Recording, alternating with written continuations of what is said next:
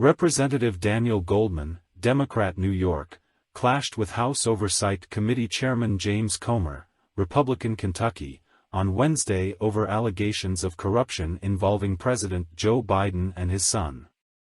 Goldman took aim at a New York Post article highlighted by Comer alleging that Hunter Biden introduced a Ukrainian businessman to his father, who was vice president at the time, and said he learned as House impeachment manager during the first inquiry against Donald Trump that those claims were categorically false.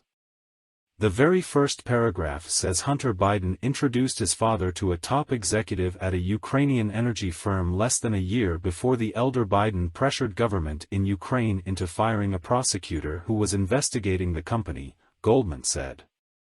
That is false, 100% false. Comer asked whether he was sure, and Goldman said the impeachment inquiry found the prosecutor in question was fired because he was not investigating corruption in Ukraine, which may or may not have involved the Burisma firm for which the younger Biden had worked in the 2010s.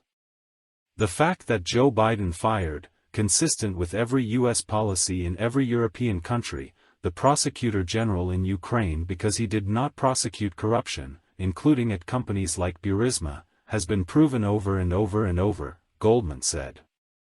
If you want to know who actually prosecuted Burisma, Chairman Comer, you should talk to British authorities, because they were the ones who were prosecuting Burisma, and they couldn't get any information from the Ukrainian prosecutor general, so that's why he was fired.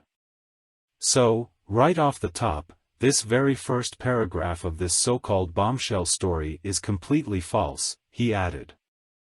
Goldman said the basis of GOP claims about Biden corruption were centered around the fact that he met with a foreign businessman, which the New York Democrat said was common among elected officials, but he said no evidence had shown they made any illegal or corrupt agreements. Chairman Comer, you have said in your opening statement that Joe Biden lied to the American people, Goldman said.